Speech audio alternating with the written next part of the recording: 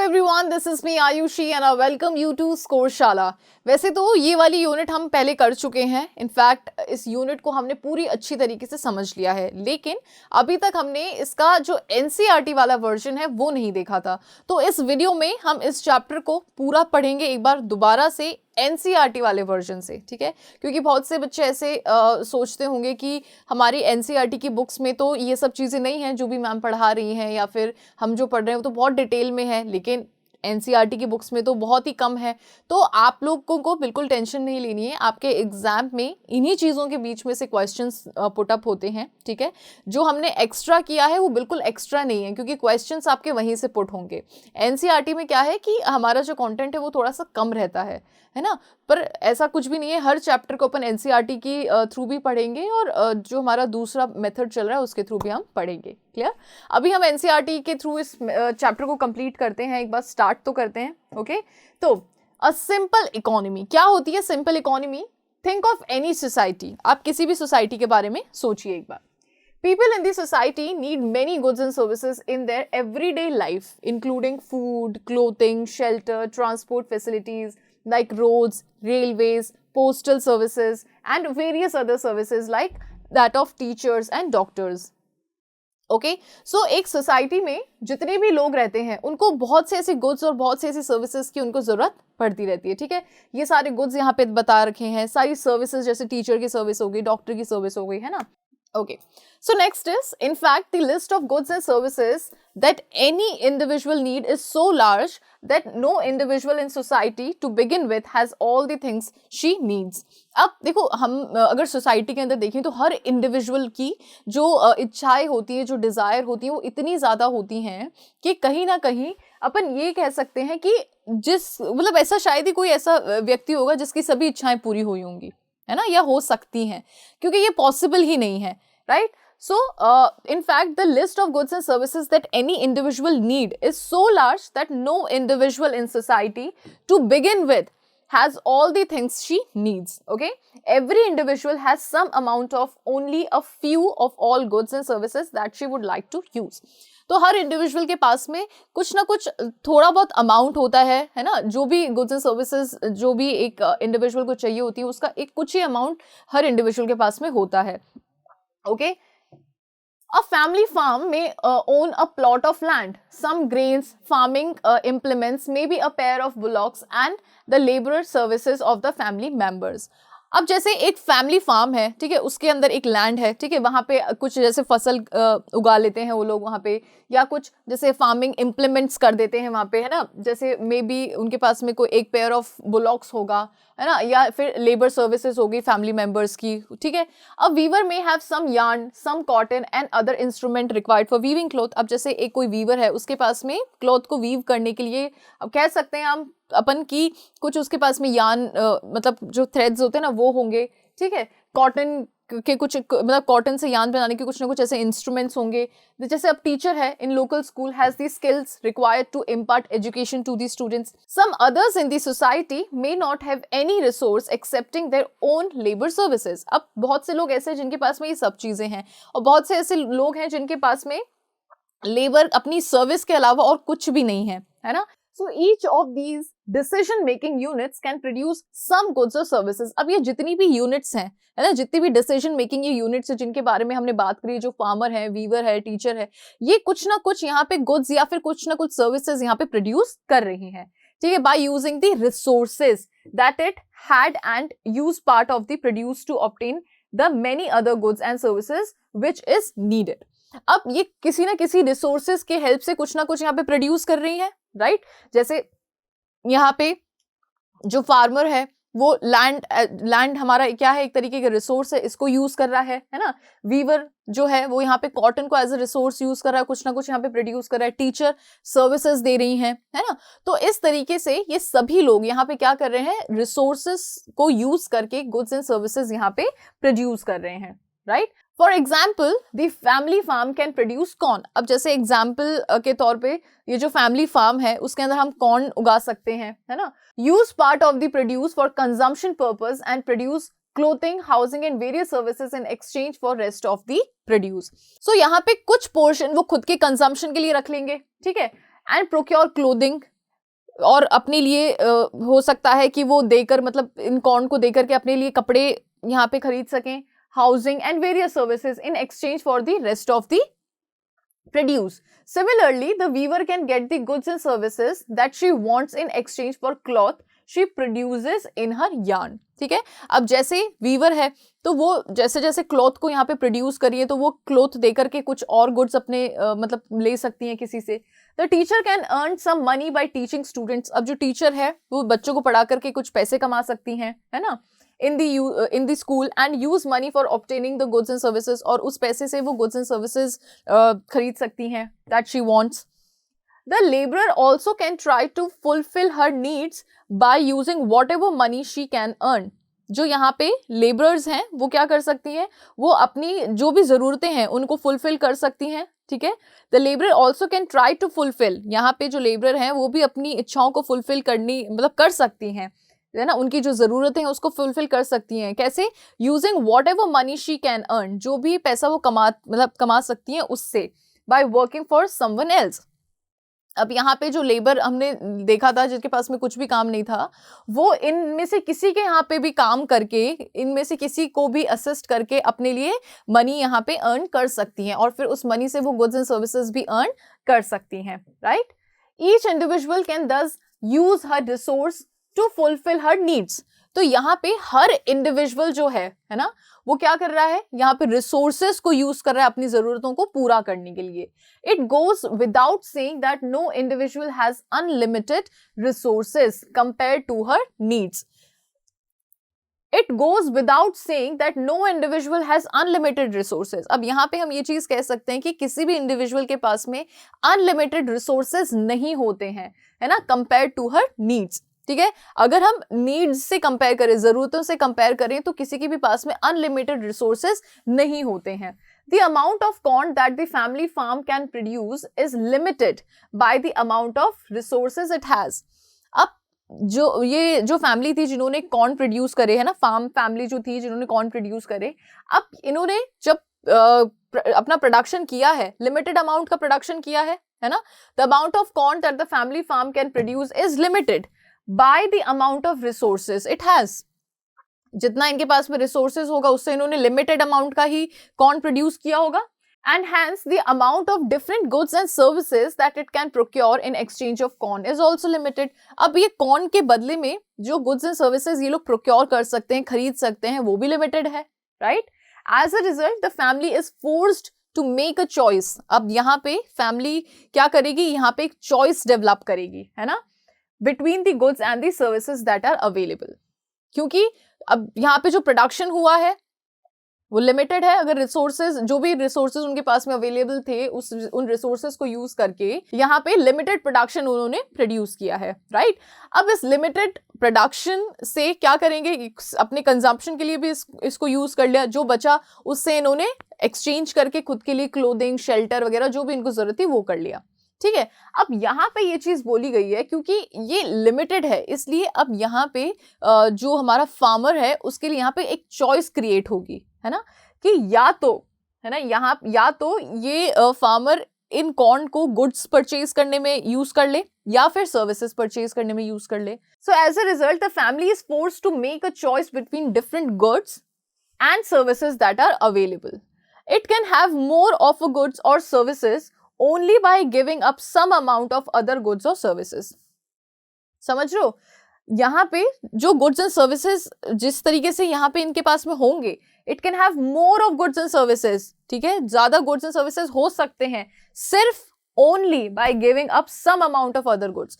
जब ये ज्यादा से ज्यादा, आप यहाँ पे चीजों को समझने की कोशिश करना, अगर ये अपना कंजम्पशन को कट करके ज्यादा कॉर्न दे देता है बदले में, तब ये ज्यादा गुड्स एंड सर्विसेज अवेल कर पाएगा, है ना. तो एक जगह तो इनको फॉरगो करना पड़ा भाई, दूसरे गुड्स एंड सर्विसेज को अवेल करने के लिए एक जगह इनको फॉरगो करना पड़ा. राइट, यहाँ पे आप एक एक पॉइंट पे कॉन्सेप्ट समझिएगा. देखो, इस पॉइंट में हमने चॉइस की बात कर ली है, इस पॉइंट में हमने MRS की बात करी है, marginal rate of substitution. So it can have more of good और services only by giving up some amount of other goods और services. Okay, for example if the family wants to have a bigger house, अगर family को बड़ा घर चाहिए, it may have to give up the idea of having a few more acres of arable land. तो यहाँ पे उनका जो आइडिया है ना कि भाई हमारी जो ज़मीन है वो और मतलब और ज़्यादा फैली हुई हो, तो ये आइडिया इनको ड्रॉप करना पड़ेगा अगर इनको बड़ा घर चाहिए, क्योंकि इन्वेस्ट तो ये एक ही जगह कर सकते हैं, या तो बड़े घर में इन्वेस्ट कर दें या फिर वो लैंड खरीदने में इन्वेस्ट कर दें, right. If it wants more and better education for the children, it may have to give up some of the luxurious of life. अगर ये चाहते हैं अपने बच्चों को अच्छी एजुकेशन प्रोवाइड करवाना, तो इनको कहीं ना कहीं अपनी लाइफ की जो लग्जरी है ना, इसको फॉरगो करना पड़ेगा बहुत ही चीज़ों में। The same is the case with all the other individual in the society. अब यही सेम केस होता है हर इंडिविजुअल का सोसाइटी के अंदर, है ना। हमें पता है कि हम हर रोज डे टू डे लाइफ में कितनी ऐसी चीज़ें होती हैं जिसके बीच में हम कंफ्यूज हो जाते हैं कि यार मेरे पास में अब लिमिटेड पैसे हैं, अब इससे मैं ब्रेड का पैकेट खरीदूं या बर्गर खाऊं या फिर मैं इससे कुछ अपने लिए कुछ भी दूसरी चीज़ खरीद लूं, ठीक है। तो यहाँ पे क्या होता है, यहाँ पे चॉइस हमारे सामने आती है। बहुत से ऐसे मौके पड़ते हैं आपके डे टू डे लाइफ में जब आपको आपको क्या करना पड़ता है, आपको एक चॉइस क्रिएट करनी पड़ती है चीज़ों के बीच में, ठीक है। अब ये वो क्यों चॉइस क्रिएट करने पड़ रही है, अगर आपके पास में इतना अमाउंट ऑफ मनी है कि आप ब्रेड भी खरीद सको, आप बर्गर भी खा सको और आप अपने लिए कुछ भी खरीद भी सकते हो, ठीक है। अगर आपके पास में इतना अमाउंट ऑफ मनी है तो क्या वहां पे चॉइस का क्वेश्चन आएगा? बिल्कुल नहीं आएगा। जब आपके पास में रिसोर्सेज लिमिटेड होते हैं तो वहां पे ये चॉइस ऑफ प्रॉब्लम क्रिएट होता है, ठीक है। एक तो चीज हो गई ये। दूसरा होता है कि अगर आपको, है ना, अगर आपको एक जगह पे या फिर किसी भी एक सेक्टर में अगर आपको बड़ा होना है या फिर कुछ बड़ा खरीदना है या फिर आपको उसकी यूनिट्स ज़्यादा चाहिए, तो उसके लिए आपको दूसरे सेक्टर में फॉरगो करना पड़ेगा, यानी कि दूसरे सेक्टर में आपको सेक्रीफाइस करना पड़ेगा। अब ये किस वजह से है? ये लिमिटेड रिसोर्सेज की वजह से। भाई रिसोर्सेज तो हमारे पास में लिमिटेड है, या तो हम बर्गर खरीद सकते हैं या फिर हम ब्रेड खरीद सकते हैं। ज़्यादा ज़रूरी क्या है? भूख बहुत तेज़ लग रही है, ब्रेड से भूख खत्म नहीं होगी, बर्गर से भूख खत्म हो सकती है। तो यहाँ पे जो अमाउंट ऑफ मनी है वो मैंने कहाँ पे यूज़ कर लिया? बर्गर खरीदने में यूज़ कर लिया। तो यहाँ पे मुझे क्या फॉरगो करना पड़ा? ब्रेड को फॉरगो करना पड़ा, ठीक है। सो ये सारी चीज़ें हम यहाँ पे देखने वाले हैं। Alright, Everyone faces scarcity of resources. हर कोई जो ये ना resources की जो scarcity है इस situation को face करता है, and therefore has to use the limited resources in the best possible way to fulfill her needs. और हर किसी को जो भी resources available होते हैं उनके पास में उनको इस तरीके से use करना चाहिए जिससे कि क्या हो, जिससे कि मतलब जो satisfaction है वो सबसे ज़्यादा मिले, ठीक है। It has to be used the limited resources in the best possible way. जो limited resources हैं उनको best possible way में use करना चाहिए. In general, every individual in society is engaged. Generally, जितने भी individual हैं society के अंदर वो engaged हैं किसी ना किसी काम में, okay? In the production of some goods or services, and she wants a combination of many goods and services, not all of which are produced by her. अब जैसे मैं पढ़ाती हूँ, ठीक है, मुझे अपने दिनचर्या में बहुत से ऐसे गुड्स एंड सर्विसेज की जरूरत पड़ेगी, ठीक है। बीमार हो गई, डॉक्टर की जरूरत पड़ेगी, घर में राशन लाना है, राशन की जरूरत पड़ेगी, पैसों की जरूरत पड़ेगी। तो ये जरूरी नहीं है कि सारी गुड्स एंड सर्विसेज मैं खुद, है ना, मैं खुद ही प्रोड्यूस कर लूँ, ये तो बिल्कुल जरूरी नहीं है। क्या डॉक्टर की सर्विस मैं खुद प्रोड्यूस कर सकती हूँ? क्या मैं खुद को डॉक्टर की सर्विस दे सकती हूँ? Course not. जो भी ग्रोसरीज या जो भी घर का सामान है क्या मैं वो खुद घर में बना सकती हूँ? नहीं बना सकती हूँ। तो जिन भी चीज़ों की मुझे ज़रूरत है ना, वो मैं ज़रूरी नहीं है कि वो सभी चीज़ें मैं खुद यहाँ पे प्रोड्यूस कर लूँ। Alright, needless to say that there has to be some compatibility between what people in society collectively want to have and what they produce. So यहाँ पे एक क्वेश्चन क्रिएट होता है कि लोगों को, मतलब सोसाइटी में लोगों को सबसे ज़्यादा चाहिए क्या, है ना, और हमारी इकोनॉमी प्रोड्यूस क्या कर रही है। समझ रहे हो, लोगों को चाहिए क्या और हमारी इकोनॉमी प्रोड्यूस क्या कर रही है। अब भाई सोसाइटी में लोगों को ज़्यादा से ज़्यादा खाना चाहिए, कपड़े चाहिए, और हमारी इकोनॉमी प्रोड्यूस कर रही है गन्स, है ना, गन्स प्रोड्यूस करिए डिफेंस के लिए। तो क्या यहाँ पे ये दोनों चीज़ें आपस में कहीं कुछ मतलब कुछ इनका आपस में कोई रिलेशन दिख रहा है आपको? नहीं। So needless to say that there has to be some compatibility between what people in society collectively want to have and what they produce. For example, the total amount of corn produced by the family farm along with other farming units in a society must match the total amount of corn that people in the society collectively want to consume. अब जो ये जो farmer family थी, family farm जो था जिसमें corn produce किया गया, इन्हीं के जैसे बहुत से ऐसे फार्मर्स थे जिन्होंने कॉर्न प्रोड्यूस किया, ठीक है, बहुत अमाउंट में कॉर्न प्रोड्यूस हो गया. अब क्या सोसाइटी में जेन्युइनली इस कॉर्न की नीड है या नहीं है? लोगों को कंज्यूम करना ही नहीं है कॉर्न, फिर भी कॉर्न अगर प्रोड्यूस हो रहा है तो ये तो वेस्ट है, right? So must match the total amount of corn that people in the society collectively want to consume. If people in the society do not want as much as corn as farming units are capable of producing, जितना farming units जो हैं वो corn को produce कर रही हैं, लेकिन society में लोगों को इतना corn चाहिए ही नहीं, है ना? A part of the resources of these units could have been used in the production of some other goods or services which is in the high demand. अब जो कॉर्न इन्होंने यहाँ पे प्रोड्यूस करे, जाहिर सी बात है कि उसके लिए बहुत से रिसोर्सेज इन्होंने यूज लिए होंगे, है ना? बहुत से रिसोर्सेज के हेल्प से इन्होंने इतना कॉर्न प्रोड्यूस किया होगा, लेकिन एंड ऑफ द डे लोगों को तो इतना कॉर्न चाहिए ही नहीं भाई, उनकी डिमांड ही नहीं है इतनी मतलब इतनी कॉर्न के लिए.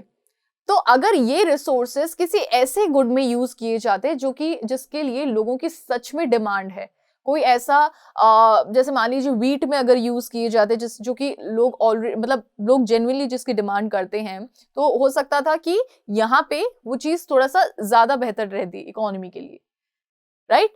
सो यहाँ पे रिसोर्सेज के बारे में ही बताया गया है कि या तो किसी दूसरे गुड के प्रोडक्शन में उन रिसोर्सेज को यूज कर सकते थे जो कि कॉर्न में लगाए, या फिर किसी सर्विसेज के मतलब सर्विसेज के जनरेशन में अपन उन रिसोर्सेज को यूज कर सकते थे जिसकी बहुत ही ज्यादा हाई डिमांड है, right? On the other hand, if people in the society want more corn compared to what the farming units are producing collectively, the resources used in production of same other goods and services may be reallocated to the production of corn. अब यहाँ पे इस point में बिल्कुल vice versa situation है कि यहाँ पे सोसाइटी में लोगों की डिमांड कॉर्न के लिए बहुत ज्यादा है, लेकिन प्रोडक्शन बहुत कम हो रहा है.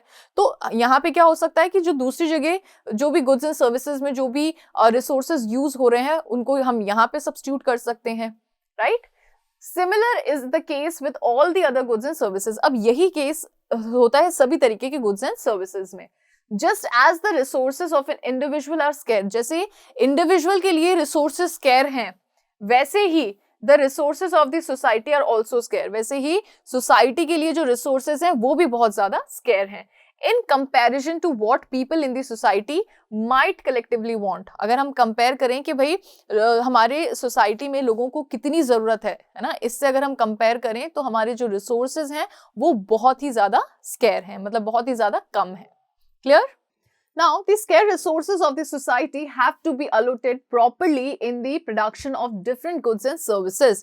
अब हमारी सोसाइटी में जो resources जो कि बहुत scarce हैं, इनको इस तरीके से allot करना चाहिए, है ना, इस तरीके से allot करना चाहिए किसी भी production में of different goods and services in keeping with the likes and dislikes of the people of the society. लोगों की पसंद और नापसंद को ध्यान में रखते हुए इन resources को हमें allot करना चाहिए अलग अलग कह सकते हैं goods and services के production में.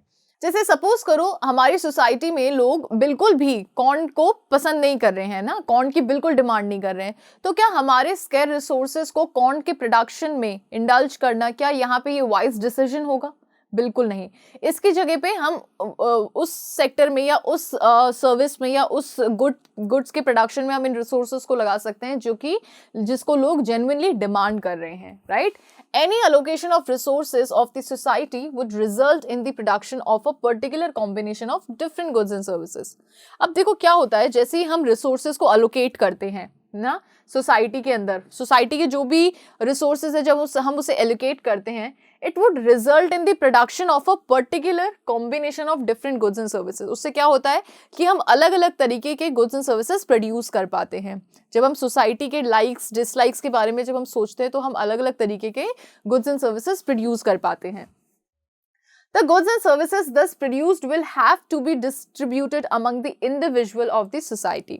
अब जो भी goods and services produce होते हैं वो सारे के सारे goods and services पूरी society में distribute होने चाहिए, right?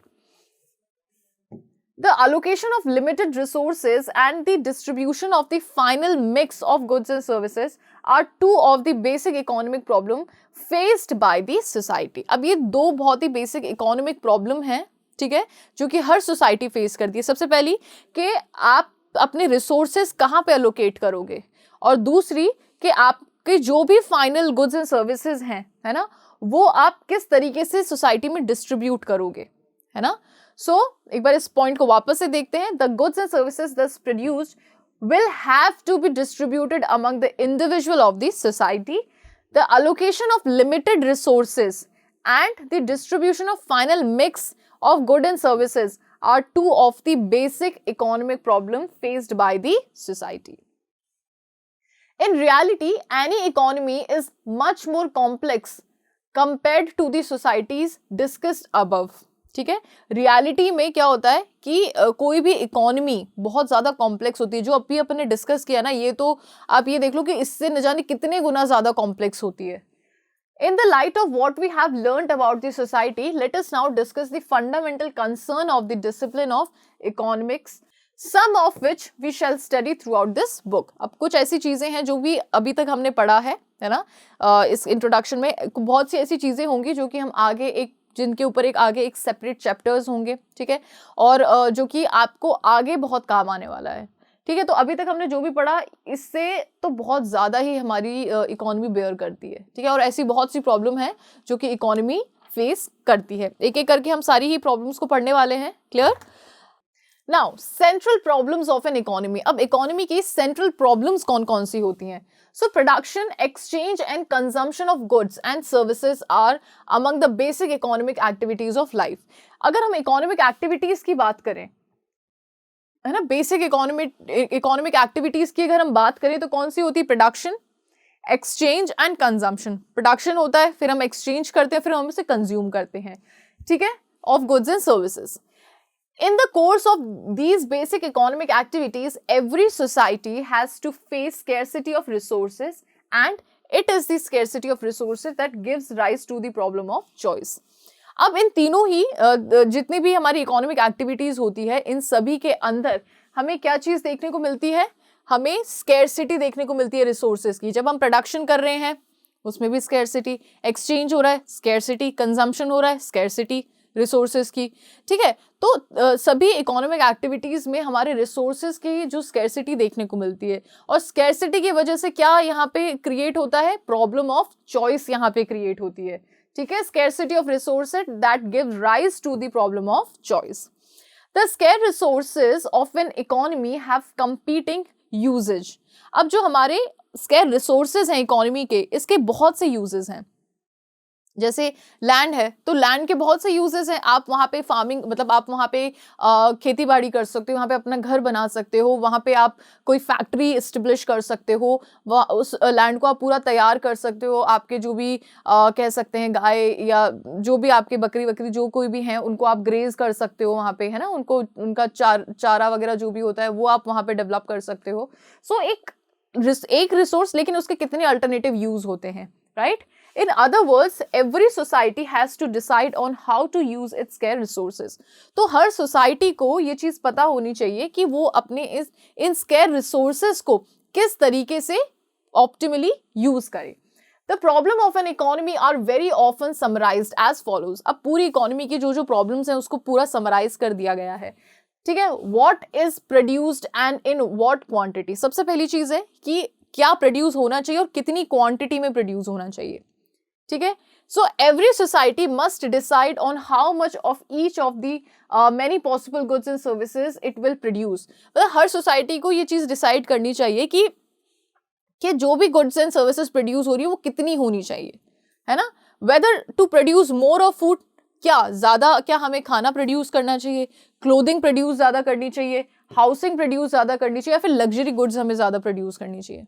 ठीक है, क्योंकि अब हमारी पूरी सोसाइटी में तो हर तरीके के लोग रहते हैं, अमीर लोग भी रहते हैं, गरीब लोग भी रहते हैं, मीडियोकर्स भी रहते हैं, मतलब हर लेवल के लोग रहते हैं, बीपीएल बिलो पॉवर्टी लाइन वाले लोग भी रहते हैं, और मतलब भयंकर अमीर लोग भी रहते हैं, ठीक है, तो हर लेवल के लोग रहते हैं। लेकिन अब यहाँ पे किसको ज्यादा प्रेफरेंस दी जाए? भाई फूड जो कि सभी की जरूरत है, इसके ऊपर फोकस किया जाए। क्लोथिंग जो कि जिसके बिना तो मतलब आप अपना एक भी सेकंड इमेजिन नहीं कर सकते हो, ठीक है, इसके ऊपर फोकस किया जाए। शेल्टर, हाउस, है ना, या फिर लग्जरी गुड्स, ठीक है, इन सब चीजों में से किसके जो प्रोडक्शन है उसको बढ़ाना चाहिए। Whether to have more agricultural goods और टू हैव इंडस्ट्रियल प्रोडक्ट्स, क्या एग्रीकल्चरल गुड्स ज्यादा बढ़ाने चाहिए या इंडस्ट्रियल प्रोडक्ट्स ज्यादा बढ़ाने चाहिए, and services. Whether to use more resources in education and health, क्या हम ज्यादा से ज्यादा रिसोर्सेज एजुकेशन और हेल्थ में यूज करें, या फिर to use more resources in building military services, या फिर मिलिट्री सर्विस को ज्यादा स्ट्रॉन्ग करने में हम उन रिसोर्सेज को लगाएं। Whether to have more of basic education और more of higher education, basic education को हमें ज्यादा मतलब उस पर फोकस करना चाहिए, हायर एजुकेशन पे ज्यादा करना चाहिए। Whether to have more of consumption goods और to have investment goods like machines, ज्यादा क्या होने चाहिए, कंज्यूमर गुड्स ज्यादा होने चाहिए या इन्वेस्टमेंट गुड्स ज्यादा होने चाहिए, जैसे मशीन्स वगैरह।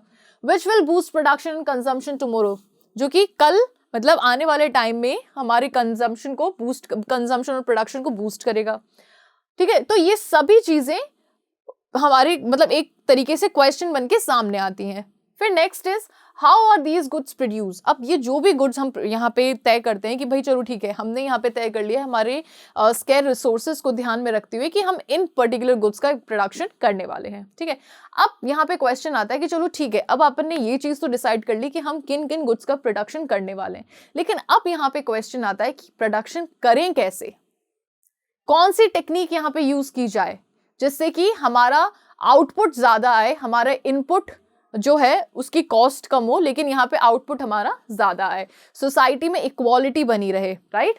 Every society has to decide on how much of which of the resources to use in which production of each of the different goods and services, मतलब सभी तरीके के गुड्स एंड सर्विसेज पे कितने रिसोर्सेज हमें use करने चाहिए, ठीक है, हर सोसाइटी को ये चीज डिसाइड करनी होती है। Whether to use more labour or more machines, हमें ज्यादा लेबर यूज करनी चाहिए किसी भी गुड के प्रोडक्शन में या फिर मशीन्स का ज्यादा यूज करना चाहिए। Which of the available technologies to adopt, अब अवेलेबल टेक्नोलॉजीज बहुत सी होती हैं, कौन सी टेक्नोलॉजी को अडॉप्ट करना चाहिए प्रोडक्शन के लिए, है ना, हर गुड के प्रोडक्शन के लिए कौन सी टेक्नोलॉजी को अडॉप्ट करना चाहिए। For whom are these good produced, और फिर आता है कि चलो ठीक है, हमने अब ये डिसाइड भी कर लिया कि हम कौन सी टेक्निक यूज कर रहे हैं, भाई लेबर इंटेंसिव टेक्निक हम यूज कर रहे हैं। इससे क्या होगा कि लेस डेवलप्ड हम कंट्री जो है, जैसे इंडिया जैसी जो कंट्री है, इसके अंदर लेबर जो है वो अबेंडेंट मात्रा में, यानी कि भरपूर मात्रा में है, राइट। अब यहाँ पे अगर हम लेबर इंटेंसिव टेक्निक यूज कर रहे हैं तो कहीं ना कहीं हम अनएम्प्लॉयमेंट को भी मात दे रहे हैं, राइट। तो हमने ये डिसाइड कर लिया कि चलो ठीक है, we are using labour intensive technique somewhere, right, in the production of goods. Okay, now अब आता है कि चलो ठीक है, क्या प्रोड्यूस करना है ये हमने देख लिया, कैसे करना है ये देख लिया।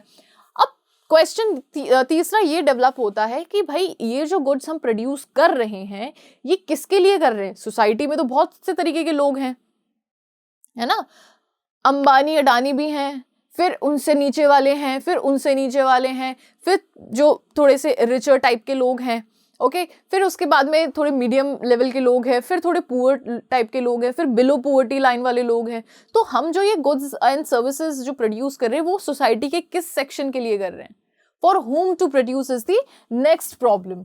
सो who gets how much of the goods that are the produced in the economy, economy में जो भी प्रोडक्शन हो रहा है उसका कितना पोर्शन किसको जाना चाहिए, ये एक तरीके का क्वेश्चन है। How should the produce of the economy be distributed among the individual in the economy? अब जितना भी प्रोडक्शन कर रही है वो किस तरीके से पूरी इकोनॉमी, पूरी सोसाइटी में डिस्ट्रीब्यूट होगा, किस तरीके से होगा, ये भी एक सवाल है। Who gets more and who gets less, किसको ज्यादा मिलना चाहिए, किसको कम मिलना चाहिए। Whether or not to ensure a minimum amount of consumption for everyone in the economy, है ना। वेदर और नॉट टू इंश्योर, मतलब हम ये किसको इंश्योर करें कि भाई आपको कंजम्पशन के लिए मिनिमम अमाउंट मिल रहा है या मिलना चाहिए, whether or not to ensure a minimum amount of consumption for everyone in the economy। मतलब आप किसके लिए ये चीज कह सकते हो कि किसी को भी इकोनॉमी में मिनिमम अमाउंट नहीं मिलना चाहिए, सबको इक्वल मिलना चाहिए। whether or not elementary education and basic health service should be available freely for everyone in the economy। Economy में सभी के लिए जो एलिमेंट्री एजुकेशन है, यानी कि जो कंपलसरी एजुकेशन है, जो हेल्थ है ना, बेसिक हेल्थ है, वो हेल्थ सर्विसेज है, वो सभी को मिलनी चाहिए इकोनॉमी में। Thus, every economy faces the problem of allocating these scarce resources to the production of different possible goods and services।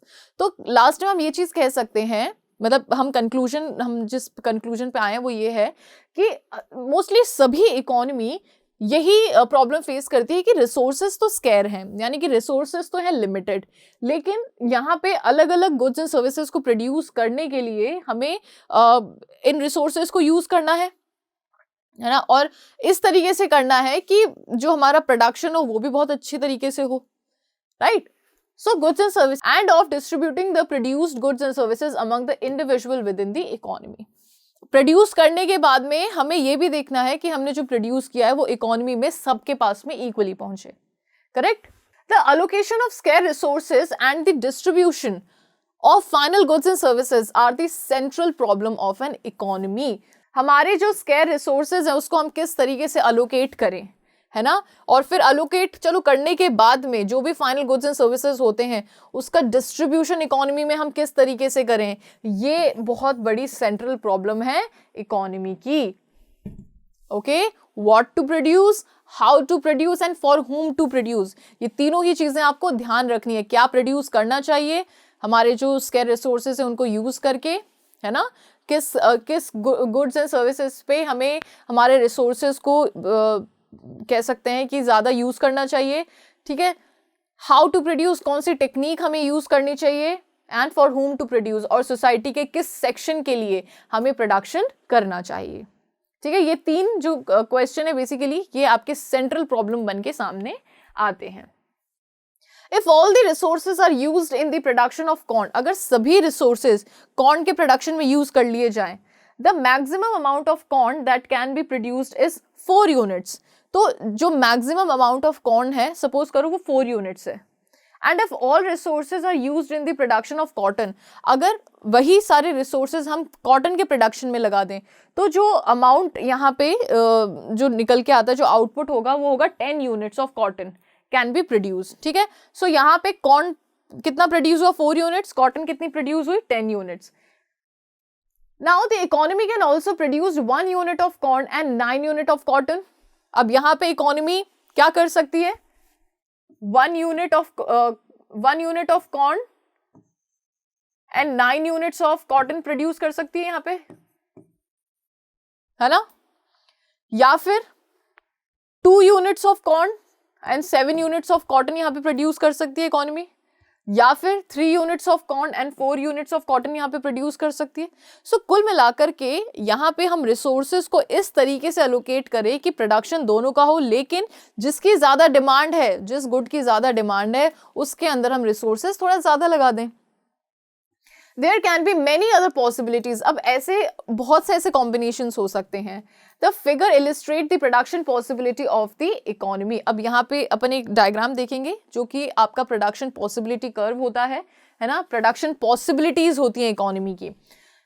Now any point on or below the curve represent a combination of corn and cotton that can be produced with the economy resources। अब यहाँ पे जो ये रहा आपका PPC, okay. सो यहाँ पे है कॉर्न एंड यहाँ पे है आपका कॉटन, ठीक है। So the curve gives maximum amount of corn that can be produced in the economy for any given amount of cotton and vice versa. This curve is called production possibility frontier. अब इस curve को हम किस नाम से जानते हैं, production possibility frontier. It gives the combination of corn and cotton that can be produced when the resources of the economy are fully utilized। अब ये वो सारे combinations यहाँ पे इस फ्रंटायर में मिलते हैं जो कि इकोनॉमी प्रोड्यूस करती है अपने सभी रिसोर्सेज को पूरी तरीके से यूटिलाइज करके। So note that a point lying strictly below the production possibility frontier. अब अगर यहाँ पे कहीं पे कोई पॉइंट होता है, जैसे सपोज यहाँ पे कोई पॉइंट है, ठीक है, ABCDE, सपोज कर लो F है यहाँ पे।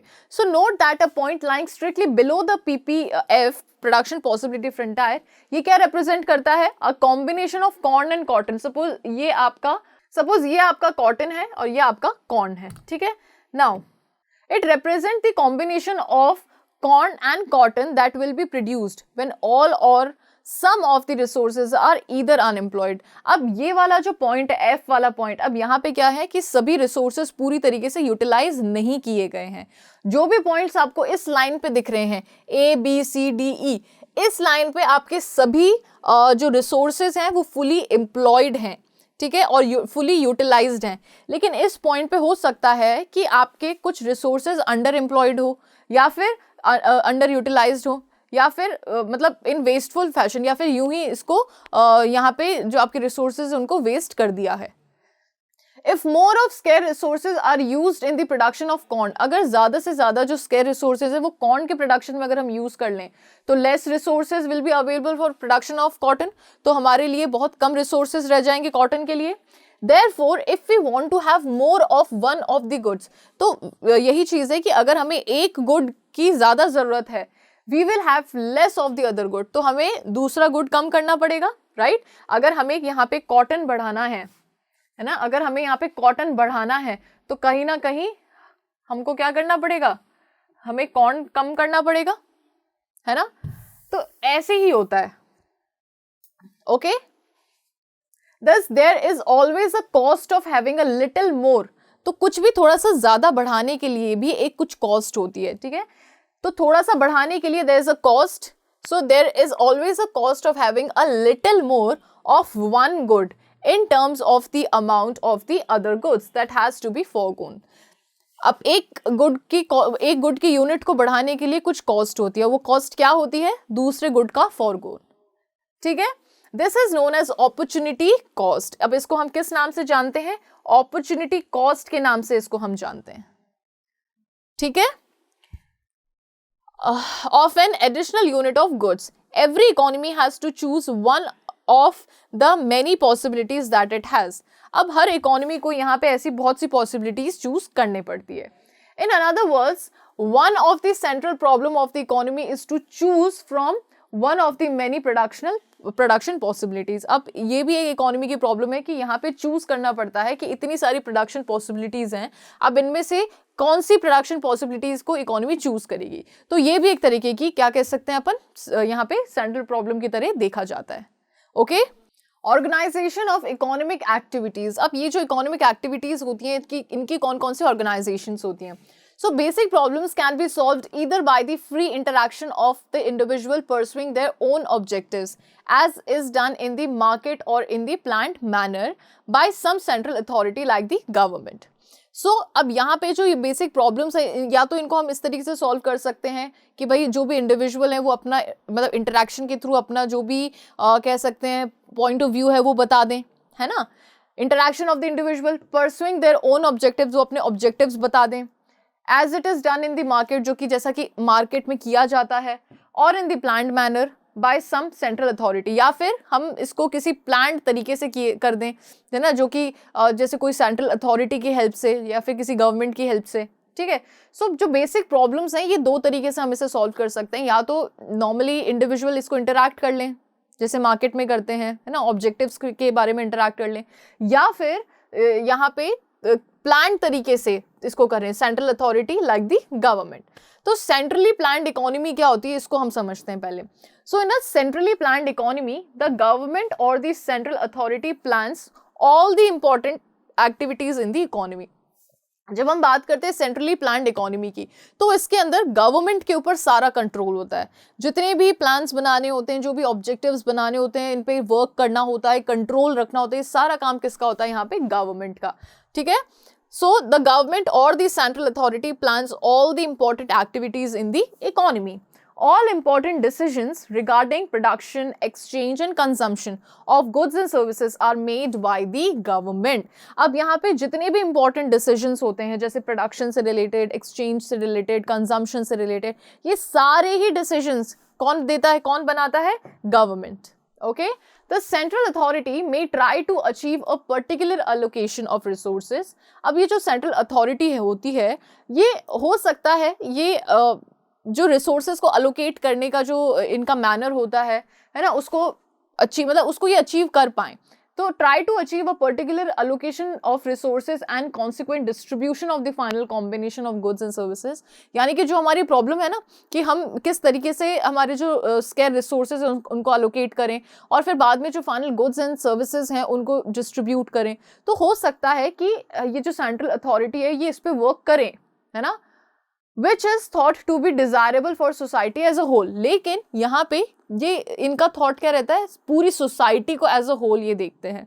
ये प्रॉफिट मैक्सिमाइजेशन पे इनका फोकस नहीं रहता है. इनका सोशल वेलफेयर करना, मतलब सोसाइटी का वेलफेयर करना इनका मेन ऑब्जेक्टिव रहता है.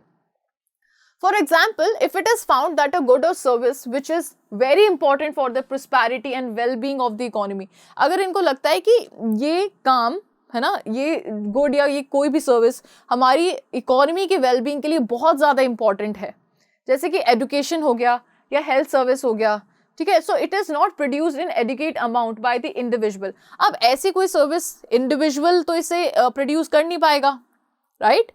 It is not produced in adequate amount by an individual on their own.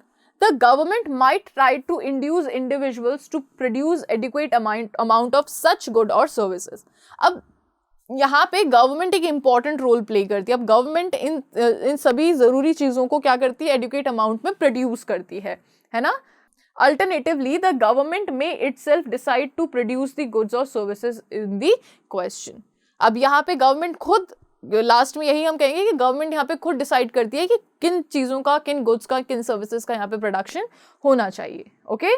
In a different context, if some people in the economy get so little a share of the final mix of goods and services, अगर economy में किसी section को बहुत कम amount of goods and services मिलते हैं जो कि इकोनॉमी में प्रोड्यूस हुए होते हैं, that their survival is at stake, और इतने कम उनको गुड्स एंड सर्विसेज मिल रहे हैं कि उनका सर्वाइवल भी नहीं हो पा रहा है ढंग से, then the central authority may intervene and try to achieve an equitable distribution.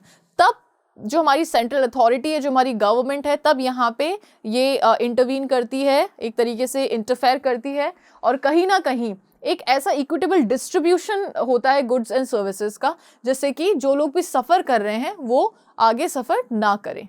Okay.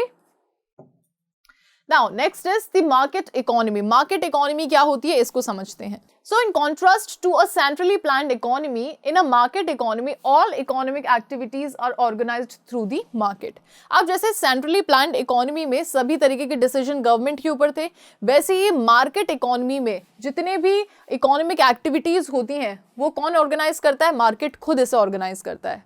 ठीक है. A market as studied in economics is an institution which organizes the free interaction of individual pursuing their respective economic activities. So market क्या है basically? Market एक ऐसी जगह है या फिर अपन कह सकते हैं एक ऐसा इंस्टीट्यूशन है जिसके अंदर जितनी भी इकोनॉमिक एक्टिविटीज़ हैं वो सभी लाई करती है, प्रोडक्शन, एक्सचेंज, कंजम्पशन. ठीक है. In another words, a market is a set of arrangements. अगर इसे दूसरे तरीके से हम समझें तो मार्केट क्या है? एक सेट ऑफ अरेंजमेंट है जहाँ पे इकोनॉमिक एजेंट्स होते हैं और वो फ्रीली एक्सचेंज करते हैं उनके एंडोमेंट्स या उनके जो भी प्रोडक्ट्स हैं उसको वो फ्रीली एक्सचेंज करते हैं एक दूसरे के साथ. So the arrangements which allow people to buy and sell commodities freely are the defining feature of the market. अब मार्केट में जब हम जाते हैं तो क्या करते हैं? हम चीज़ों को खरीदते हैं और बेचते हैं, राइट? और ऐसा कोई भी इंस्टीट्यूशन जहाँ पे ये दोनों ही एक्टिविटीज होती हैं वो मार्केट कहलाता है. We know this. Arrangements which allow people to buy and sell commodities freely are the defining feature of the market. ठीक है. For the smooth functioning of any system, it is imperative that there is coordination in the activities of the different constituent parts of the system. अब देखो किसी भी system के अंदर कोई भी जो काम हो रहा है वो बिल्कुल तरीके से होता रहे, सिस्टमैटिकली होता रहे, तो उसके लिए उन सबके बीच में क्या ज़रूरी होना चाहिए, कोऑर्डिनेशन बहुत ज़्यादा ज़रूरी होना चाहिए, है ना। स्मूथ फंक्शनिंग के लिए, किसी भी सिस्टम के अंदर स्मूथ फंक्शनिंग के लिए, ठीक है, इट इज़ इम्पोर्टिव यानी कि इम्पॉर्टेंट, ये बहुत ज़रूरी होता है that there is coordination in the activities of the different constituent parts, है ना, of the system. Otherwise there can be chaos. अगर कोऑर्डिनेशन नहीं होगा, एक सिस्टम होता है राइट, एक जैसे मान लो एक स्कूल ही है, तो स्कूल में क्या होता है, अगर कोऑर्डिनेशन नहीं होगा, प्रिंसिपल, वाइस प्रिंसिपल, टीचर्स और बच्चों के बीच में, सबके बीच में कोऑर्डिनेशन नहीं होगा, तो क्या होगा, सिस्टमैटिकली वो जो इंस्टीट्यूशन है वो वर्क नहीं कर पाएगा, है ना। तो ये जो सिस्टम होता है, ये हर किसी भी डिपार्टमेंट में उठा के देख लीजिए, ये अरेंजमेंट सबसे ज़्यादा ज़रूरी होता है, राइट। चाहे फिर आप मार्केट देख लीजिए, चाहे फिर आप जो प्रोडक्शन का सिस्टम होता है उसके अंदर देख लीजिए, कोई अगर अपन डिपार्टमेंट की बात करें तो जैसे स्कूल है, हॉस्पिटल है, तो हर डिपार्टमेंट, हर इंस्टीट्यूशन के अंदर ये सिस्टम बहुत ज़्यादा इंपॉर्टेंट होता है कि जो कॉन्स्टिट्यूएंट जो पार्ट्स हैं वो आपस में कोऑर्डिनेट करके रखें, जिससे कि स्मूथ फंक्शनिंग हो और वहाँ पे chaos क्रिएट ना हो। You may wonder as to what are the forces which bring the coordination between the activities of million of isolated individual in the market system। अब क्योंकि यहाँ पे हम मार्केट सिस्टम की बात कर रहे हैं तो आपको ऐसा लग रहा होगा कि भाई ऐसे कौन से फोर्सेस हैं जिसकी वजह से इतने सारे लोग मार्केट में कोऑर्डिनेट कर पाते हैं। भाई ऐसा तो है नहीं कि एक मार्केट मेरा अलग मैंने कहीं खोल रखा है, आपका आप लोगों ने अपना सेपरेट मार्केट कहीं ना कहीं खोल रखा है, ऐसा कुछ नहीं है। मार्केट एक होता है लेकिन उसमें न जाने कितने लोग जाते हैं और आपस में ये जो कोऑर्डिनेशन होता है, ये ऐसा क्या है मार्केट के अंदर जो ये कोऑर्डिनेशन बना के रख रहा है। सो यू मे वंडर, ऐसा आप सोचते होंगे, as to what are the forces, ऐसे कौन से फोर्सेस हैं which bring the coordination between the activities of millions of isolated individual in the market system। In a market system, all goods or services come with a price। अब market system में चाहे कोई service हो, चाहे कोई goods हो, सबकी prices तय होती हैं, right? Which is mutually agreed upon by the buyers and the sellers। जो कि एक mutually understanding के तौर पे वो जो प्राइस है वो सेट की जाती है, ठीक है। अगर बहुत ज़्यादा हाई प्राइस हो जाएगी तो क्या उसको लोग परचेज करना पसंद करेंगे? बिल्कुल नहीं। अगर बहुत कम प्राइस हो जाएगी तो क्या यहाँ पे प्रोड्यूसर को किसी भी तरीके का फायदा होगा? ये भी नहीं होगा। तो यहाँ पे ये जो बायर्स और सेलर्स के बीच का एक ये कनेक्शन होता है जिसके बलबूते पे सभी जो भी गुड्स होते हैं, जो भी सर्विसेज होती हैं, उनकी प्राइसेस तय की जाती हैं, right. Now at which the exchange take place, the price reflects on an average the society's valuation of the goods or service in the question। If the buyers demand more of a certain good, the price of that good will be rise। अब यहाँ पे ये जो price है ना, जिस price के बारे में हम बात कर रहे हैं, ऑन एन एवरेज यहाँ पे सोसाइटी किसी बहुत से ऐसे गुड्स हैं जिनकी वैल्यू बहुत ज़्यादा है सोसाइटी को, है ना। बहुत से ऐसे गुड्स और सर्विसेज हैं जिनकी सोसाइटी के अंदर वैल्यू बहुत ज़्यादा है, ठीक है। अब हमें पता है ये चीज़, जिस भी गुड की वैल्यू बहुत ज़्यादा होगी वो गुड थोड़ा सा महंगा बिकेगा, है ना। वैल्यू ज़्यादा होने का मतलब क्या है कि उसकी डिमांड बहुत ज़्यादा है। किसी भी पर्टिकुलर गुड की अगर डिमांड बहुत ज़्यादा है तो कहीं ना कहीं मार्केट में उसकी प्राइस थोड़ी सी राइज अप होगी, right. The price of that good will be rise. This signal to the producers of that good that the society as a whole wants more of that good than is currently being produced। अब ये क्या signal देता है कि ये जो society है जिसके अंदर आप ये इन गुड्स को सर्कुलेट कर रहे हो, तो प्रोड्यूसर को यहाँ पे ये सिग्नल दिया जाता है कि भाई इस सोसाइटी को आपका जो गुड है वो बहुत अच्छा लग रहा है, लोग इसे पसंद कर रहे हैं और इसकी डिमांड ज़्यादा कर रहे हैं, ठीक है। तो कहीं ना कहीं आपको इसके प्रोडक्शन को बढ़ाना पड़ेगा, right. As a whole wants more of that good than is currently being produced। अभी currently जो भी प्रोड्यूस हो रहा है उससे थोड़ा सा ज़्यादा सोसाइटी यहाँ पे उसकी डिमांड कर रही है। And the producers of the good in their return are likely to increase their production। अब इसी के चलते यहाँ पे जो प्रोड्यूसर्स होते हैं उनको अपना प्रोडक्शन बढ़ाना पड़ता है, ठीक है, क्योंकि कहीं ना कहीं उन्हें पता लग रहा है कि भाई हाँ सोसाइटी में उनके गुड्स की डिमांड बहुत ज़्यादा हो रही है, तो अल्टीमेटली उन्हें क्या करना होगा, यहाँ पे अपने प्रोडक्शन को बढ़ाना होगा, right? In this way, prices of goods and services send important information to all the individual। इसी तरीके से जो प्राइसेस है किसी भी गुड की या सर्विसेज की, ये बहुत ही एक इम्पॉर्टेंट इंफॉर्मेशन सभी इंडिविजुअल्स को पहुंचाती है across the market and help achieve coordination in the market system. और कहीं ना कहीं इन चीज़ों की वजह से, प्राइसेस की वजह से क्या होता है, एक कोऑर्डिनेशन सेटअप हो जाता है मार्केट में। कैसे? जिस पर्टिकुलर गुड की डिमांड बहुत ज़्यादा है तो उसकी प्राइसेस थोड़े से ज़्यादा होंगी, है ना। अब जैसे ही डिमांड जिन प्रोडक्ट्स की कम होंगी तो उनकी जो प्राइसेस है वो भी थोड़ी सी कम होंगी। तो यहाँ पे जो इंडिविजुअल है उसको पता है कि भाई इस मार्केट में अगर मैं जाऊँगा तो यहाँ पे अभी इस टाइम पे इस चीज़ की डिमांड बहुत ज़्यादा है, तो ये मुझे पता है कि ये थोड़ा सा महंगा ही मुझे मिलेगा। तो ये एक तरीके का क्या हो गया, यहाँ पे कोऑर्डिनेशन सेटअप हो जाता है, ठीक है। Thus, in the market system, the central problems regarding how much and what to produce are solved. So यहाँ पे मार्केट सिस्टम के अंदर जो ये प्रॉब्लम है ना, कितना प्रोड्यूस करना है और क्या प्रोड्यूस करना है, वो यहाँ पे बिल्कुल सॉल्व हो जाती है through the coordination of economic activity brought about by the price signals. अब यहाँ पे ये जो प्रॉब्लम है वो कैसे सॉल्व हुई, इकोनॉमिक एक्टिविटीज की वजह से। कैसे? देखो, प्रोडक्शन हुआ, ठीक है, फिर किसी भी गुड का सपोज प्रोडक्शन हुआ, प्रोडक्शन होने के बाद में उसका एक्सचेंज हुआ, कंज्यूमर्स ने उसे परचेज किया, कंज्यूमर्स को वो गुड पसंद आया है, ठीक है। अब यहाँ पे कंज्यूमर्स को जो डिमांड है उस गुड की वो ज़्यादा हो गई क्योंकि कंज्यूमर उसको पसंद कर रहे हैं, उसका कंजम्पशन कंज्यूमर ज़्यादा कर रहे हैं। तो अल्टीमेटली यहाँ पे क्या हुआ कि यहाँ पे उसका जो कंजम्पशन है वो उस पर्टिकुलर गुड का वो ज़्यादा हो गया, ठीक है। कंजम्पशन ज़्यादा होने का मतलब क्या है कि यहाँ पे उसकी डिमांड, उस पर्टिकुलर गुड की डिमांड बहुत ज़्यादा है। सो अल्टीमेटली यहाँ पे क्या प्रोड्यूस करना है, प्रोड्यूसर को ये चीज़ पता लग गई। जैसे सपोज करो कि एक पर्टिकुलर बिस्किट है, ओके, अब इस बिस्किट की डिमांड बहुत ज़्यादा है, लोग इसे बहुत पसंद कर रहे हैं, है ना, तो लोग इसको कंज्यूम भी ज़्यादा कर रहे हैं। तो समवेयर प्रोड्यूसर को पता है कि यार मुझे चिप्स प्रोड्यूस करने से बेटर है कि मैं इस पर्टिकुलर बिस्किट का प्रोडक्शन ज़्यादा करूँ, ठीक है। तो यहाँ पे वो जो प्रॉब्लम होती है ना कि व्हाट टू प्रोड्यूस, सो यहाँ पे ये प्रॉब्लम बिल्कुल सॉल्व हो जाती है मार्केट के अंदर। Okay, then the question is how much to produce. तो यहाँ पे ये जो क्वेश्चन है हाउ मच, ये भी सॉल्व हो जाता है क्योंकि जितना जिस पर्टिकुलर प्रोडक्ट की डिमांड ज़्यादा होगी, जो प्रोड्यूसर है उसको वो उतना ही प्रोडक्शन करना पड़ेगा उस पर्टिकुलर गुड का। तो यहाँ पे what to produce and how much to produce, ये जो प्रॉब्लम है वो मार्केट सिस्टम के अंदर इतनी ज़्यादा देखने को नहीं मिलती है। किस वजह से? सिर्फ और सिर्फ because of coordination of economic activities. यहाँ पे इकोनॉमिक एक्टिविटीज़ यानी कि प्रोडक्शन, एक्सचेंज एंड कंजम्पशन, इन तीनों ही एक्टिविटीज़ के बीच में क्या देखने को मिला? कोऑर्डिनेशन देखने को मिला, है ना, brought about by the price signals. In reality all economies are mixed economies. Reality में जितनी इकोनॉमीज है वो सारी किस टाइप की इकोनॉमीज हैं? मिक्स्ड इकोनॉमीज हैं, ठीक है। Where some important decisions are taken by the government, जहाँ पे कुछ इंपॉर्टेंट डिसीजंस तो कौन लेता है? गवर्नमेंट लेती है।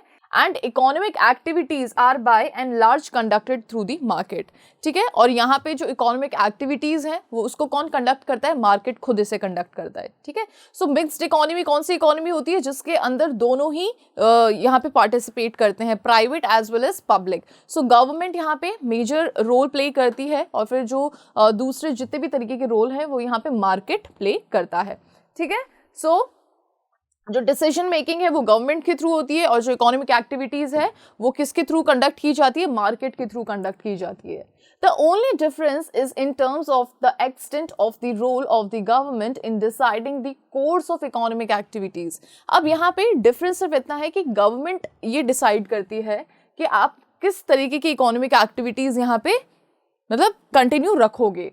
इन the United States of America the role of government is minimal. वहीं पे जब हम देखें कि यूनाइटेड स्टेट जैसी कंट्री के अंदर, अमेरिका जैसी कंट्री के अंदर जो गवर्नमेंट का रोल है वो बहुत ही मिनिमल है। The closest example of a centrally planned economy is the China. अगर हम सेंट्रली प्लान्ड इकोनॉमी की बात करें जिसके अंदर सारा का सारा रोल गवर्नमेंट का होता है, तो सेंट्रली प्लान्ड इकोनॉमी का एग्जाम्पल क्या है? China. For major part of the 20th century, ठीक है, 20th सेंचुरी के अंदर मेजरली चाइना के अंदर सिर्फ किसका रोल देखा जा रहा था? सेंट्रली मतलब जो गवर्नमेंट है उनका रोल देखा जा रहा था। Now in India since independence, so India के अंदर इंडिपेंडेंस से the government has played a major role in planning economic activities. अब इंडिया में इंडिपेंडेंस से गवर्नमेंट का बहुत ही मेजर रोल देखा गया है किसके अंदर? इकोनॉमिक एक्टिविटीज को प्लान करने के अंदर। However, the role of government in the Indian economy has been reduced तो इंडियन इकोनॉमी में जो गवर्नमेंट का रोल है वो थोड़ा थोड़ा रिड्यूस हुआ है considerably in the last couple of decades. So कुछ समय से जो हमारे गवर्नमेंट का जो रोल है वो थोड़ा सा कम देखने को मिला है, लेकिन इंडिपेंडेंस के बाद में सारा का सारा जो भी इकोनॉमिक एक्टिविटीज से रिलेटेड जितना कुछ भी डिसीजंस होते थे वो किसके थ्रू लिए जाते थे, गवर्नमेंट के थ्रू लिए जाते थे। Now next is positive and normative economics. अब जो इकोनॉमिक्स वो है उसको हमने दो पार्ट्स में डिवाइड किया है। वैसे तो इकोनॉमिक्स और भी बहुत पार्ट्स में डिवाइड होती है, लेकिन यहाँ पे पॉजिटिव और नॉर्मेटिव इकोनॉमिक्स एक अलग ही इसका क्लासिफिकेशन है। ठीक है, क्या होता है positive and normative economics? So it was mentioned earlier that in principle there are more than one ways of solving the central problem of the economy. So हमने इसको पहले कहीं पर मेंशन किया है कि जो हमारी सेंट्रल प्रॉब्लम होती है इकोनॉमी की, है ना, उसको उनको सॉल्व करने के बहुत से तरीके होते हैं। ठीक है, मतलब एक से ज्यादा तरीके होते हैं इसको सॉल्व करने के लिए। These different mechanisms in general are likely to give rise to different solution. अब ये जो mechanism है इससे अलग अलग solution हम निकाल सकते हैं, ठीक है, जो भी हमारी central problems हैं उनके लिए, thereby resulting in different allocation of resources. अब solution निकालिए, इसका मतलब हम क्या कर रहे हैं, हमारे जो scarce resources हैं उसे हम allocate कर रहे हैं properly, है ना, and also different distribution of the final mix of goods and services produced in the economy. और last में क्या होता है कि हमारे जो भी goods and services produce होते हैं उनका distribution भी properly होता है। ठीक है, so therefore it is important to understand which of these alternative mechanism is more desirable for the economy as a whole. अब यहाँ पे ये बहुत ज़रूरी होता है हमें ये तय करना कि हमारी इकोनॉमी के लिए कौन सा ऐसा मैकेनिज्म है जो कि बहुत ज़्यादा फ़ायदेमंद है ना, बहुत ज़्यादा कह सकते हैं कि जिसकी वजह से जो भी हमारी सेंट्रल प्रॉब्लम्स है वो पूरी तरीके से ख़त्म हो सकती हैं। Okay, now in economics we try to analyse the different mechanism. अब इकोनॉमिक्स में हम बहुत अलग अलग तरीके के मैकेनिज्म्स को एनालाइज करते हैं, फिगर आउट करते हैं उनके outcomes which are likely to result under each of these mechanisms. ठीक है, we also try to evaluate the mechanism by studying how desirable the outcomes resulting them are. Okay, so यहाँ पे हम क्या करते हैं, इन mechanism को evaluate करते हैं और फिर देखते हैं कि इनका जो result है वो हमारी economy के लिए कैसा है। Often a distinction is made between positive economic analysis and normative economics analysis. अब यहाँ पे दो तरीके की economics यहाँ पे emerge होती है। ठीक है, depending on whether we are trying to figure out how a particular mechanism functions or we are trying to evaluate it. अब देखो क्या होता है, दो चीज़ें होती हैं। एक तो होता है कि आप ये फिगर आउट कर रहे हो कि जो mechanism है वो किस तरीके से फंक्शन कर रहा है, ठीक है, और दूसरी चीज़ होती है कि आप उसे इवेल्युएट करते हो कि भाई फंक्शन तो जो मैकेनिज्म है उसका फंक्शन कंप्लीट हो चुका है, अब हम उसका लास्ट में सिर्फ क्या कर रहे हैं, उसका हम कंक्लूड कर रहे हैं। ठीक है, उसको हम इवेल्युएट कर रहे हैं। ठीक है, दो चीज़ें होती हैं, वापस से बता रही हूँ, जो मैकेनिज्म होता है हमारा वो किस तरीके से फंक्शन कर रहा है, एक तो इसको फिगर आउट करना और सेकंड होता है इसको इवेल्युएट करना लास्ट में। In positive economic analysis, we study how the different mechanisms function, and in normative economics, we try to understand whether these mechanisms are desirable or not. तो जब हम बात करते हैं पॉजिटिव इकोनॉमिक्स की तो उसके अंदर हम ये फिगर आउट करते हैं कि जो भी मैकेनिज्म है जो कि हमारे सेंट्रल प्रॉब्लम्स को ठीक करने के लिए स्टार्ट किया गया है ना, मैकेनिज्म फंक्शन जो हमारे इकोनॉमी में स्टार्ट किया गया है, ये किस तरीके से वर्क कर रहा है, इसको फिगर आउट करना। तो ये तो हो जाता है हमारा पॉजिटिव इकोनॉमिक्स। फिर लास्ट में जब हम इसका इवैल्यूएशन करते हैं वो आ जाता है हमारा नॉर्मेटिव इकोनॉमिक्स में। ठीक है, अच्छा वेल इसके अलावा भी हमने पॉजिटिव और नॉर्मेटिव इकोनॉमिक्स के बारे में बहुत सी चीज़ों को पढ़ा था, अलग ही हमारा टॉपिक था। तो अगर आपको सिर्फ और सिर्फ पॉजिटिव और नॉर्मेटिव इकोनॉमिक्स के बारे में ही पढ़ना है तो वो आप प्लेलिस्ट में उसका वीडियो देख सकते हैं, कहीं ना कहीं आपको इस यूनिट का वो वीडियो सेपरेटली मिल जाएगा, तो उसके अंदर आप नॉर्मेटिव और पॉजिटिव इकोनॉमिक्स के बारे में और अच्छे से पढ़ पाएंगे। ठीक है, अभी क्योंकि हम सिर्फ यहाँ पे एनसीईआरटी कवर कर रहे हैं तो समवेयर जितना एनसीईआरटी का पोर्शन है बस हम उसे ही आपस में डिस्कस कर रहे हैं। सेपरेटली भी इस पूरी यूनिट को अपन ने अलग अलग मतलब छोटे छोटे पार्ट्स के अंदर वीडियोस बनाए हैं। ठीक है, हर चीज़ के ऊपर जो हमारी इकोनॉमी है उसके ऊपर, जो हमारा इंट्रोडक्शन है ना इकोनॉमी का उसके ऊपर, सेंट्रल प्रॉब्लम्स हमारी कौन कौन सी उसके ऊपर, उसके बाद में जो हमारा प्रोडक्शन पॉसिबिलिटी कर्व है उसके ऊपर, फिर अपॉर्चुनिटी कॉस्ट के ऊपर, है ना, फिर उसके बाद में ये पॉजिटिव एंड नॉर्मेटिव इकोनॉमिक्स इसके ऊपर, फिर जो हमारी इकोनॉमीज़ हैं, centrally planned economy, market economy, mixed economy, इनके ऊपर। तो मतलब अगर आपको इन ऑल एक एक टॉपिक करके अगर आपको प्रिपेयर करना है इस यूनिट को, तो आप उन वीडियोस को रेफर कर सकते हैं। और अगर आपको एनसीईआरटी से प्रिपेयर करना है तो ये वीडियो आपके लिए बेस्ट रहेगा, ठीक है। पर मैं आपको ये सजेस्ट करूंगी कि आप एनसीईआरटी के साथ साथ में उन वीडियोस को डेफिनेटली देखें, क्योंकि हमारे एनसीईआरटी में वही चीज़ है जो मैंने इस वीडियो के स्टार्टिंग में बोला था कि एनसीईआरटी के अंदर आपका जो पोर्शन है वो इतना ज़्यादा नहीं है, समझ रहे हो। जितना आपके एग्जाम में पूछा जाता है उतना पोर्शन आपके एनसीईआरटी के अंदर नहीं है। ये धीरे धीरे आप जब आप एक अपने फर्स्ट टर्म एग्जाम दोगे, फिर आप अपने जो मिडिल एग्जाम्स होते हैं वो सारे एग्जाम्स दोगे, तो इन चीज़ों का आप रियलाइज़ करोगे कि एनसीईआरटी से जो क्वेश्चंस आते हैं उससे भी काफ़ी मतलब थोड़ा सा लेवल अप है अपने जो एग्जाम में क्वेश्चंस आते हैं ना उनका। तो इस चीज़ से घबराना नहीं है, बस ये है कि आपको चीज़ों को थोड़ा सा अच्छे तरीके से समझना होगा, है ना, थोड़ा सा डीपली समझना होगा।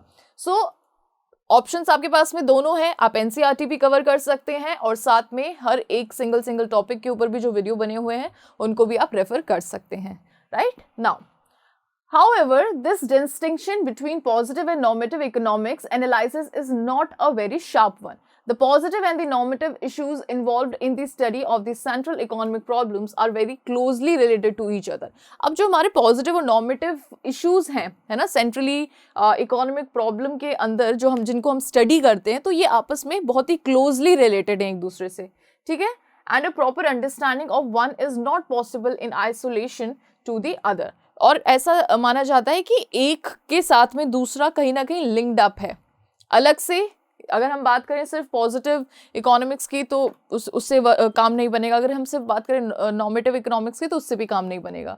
देखो चीज़ें क्या होती है कि एक सिस्टम किस तरीके से वर्क करता है आपको उस पर भी ध्यान देना होता है, फिर लास्ट में उसको जब आपको इवेल्युएट करना होता है, क्योंकि कंक्लूजन तो आपको हर चीज़ का निकालना पड़ता है।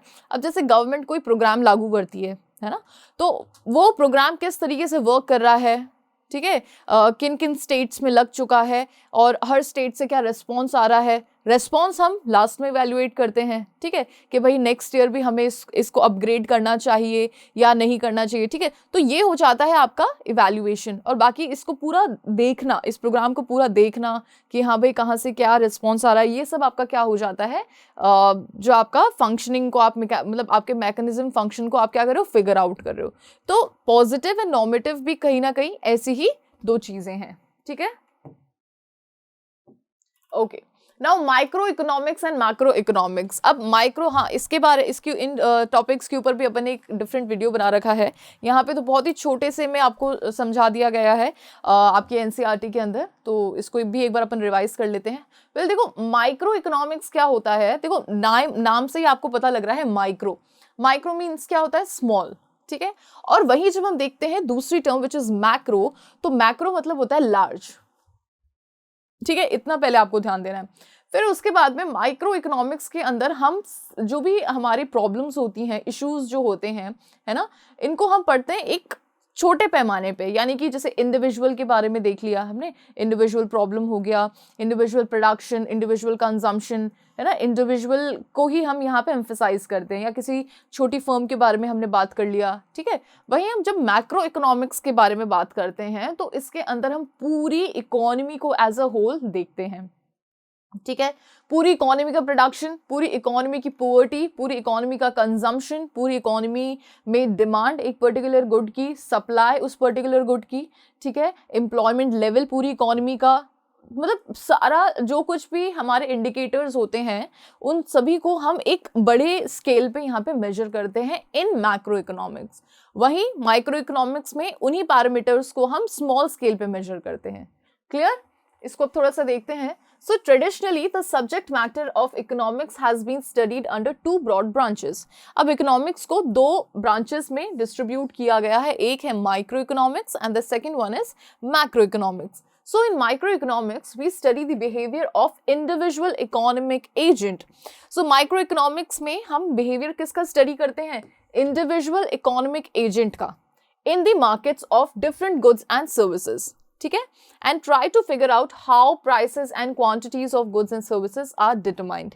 ठीक है, हम अलग अलग मार्केट में एक इंडिविजुअल किस तरीके से रिएक्ट कर रहा है, उसके रिएक्शन से किस तरीके से उस गुड की या उस सर्विस की प्राइस डिटरमाइन की जा रही है, इन सभी चीजों को हम माइक्रो इकोनॉमिक्स में पढ़ते हैं। ठीक है, through the interaction of individual in this market. वहीं जब हम मैक्रो इकोनॉमिक्स की बात करते हैं, so on the another hand we try to get an understanding of the economy as a whole.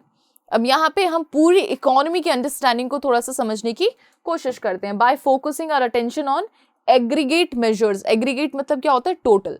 सो यहाँ पे हमारा जो फोकस होता है वो टोटल मेजर पे होता है, such as total output, employment and aggregate price level. ठीक है, total price level. Here we are interested in finding out how the levels of these aggregate measures are determined and how the level of these aggregate measures change over time.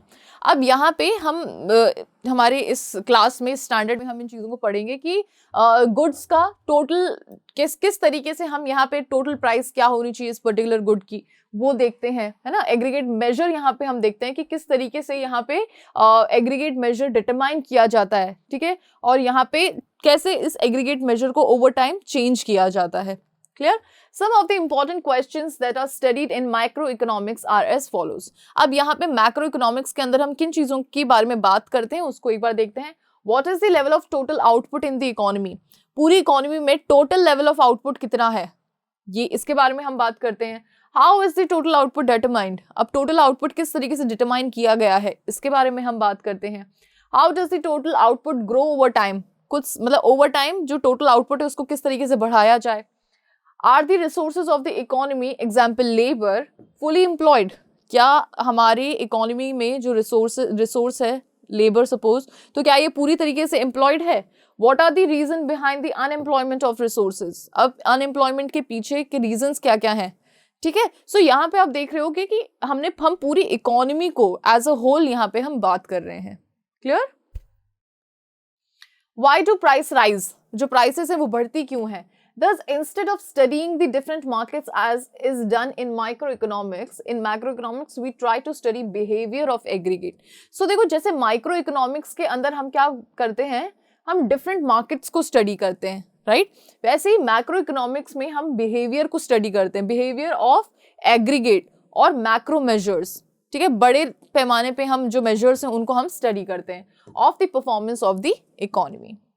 Clear? So micro macro के बीच में सिर्फ इतना सा ही difference है, और बाकी आगे अपन जैसे माइक्रो इकोनॉमिक्स 11th में पढ़ रहे हैं, है ना, और मैक्रो इकोनॉमिक्स अपन नेक्स्ट क्लास में पढ़ेंगे, यानी कि 12th स्टैंडर्ड में आप पूरा मैक्रो इकोनॉमिक्स कवर करोगे। सो यहाँ पे क्या है कि पहले क्या होता था कि आपका माइक्रो इकोनॉमिक्स और मैक्रो इकोनॉमिक्स दोनों साथ में ही एक ही क्लास में होता था।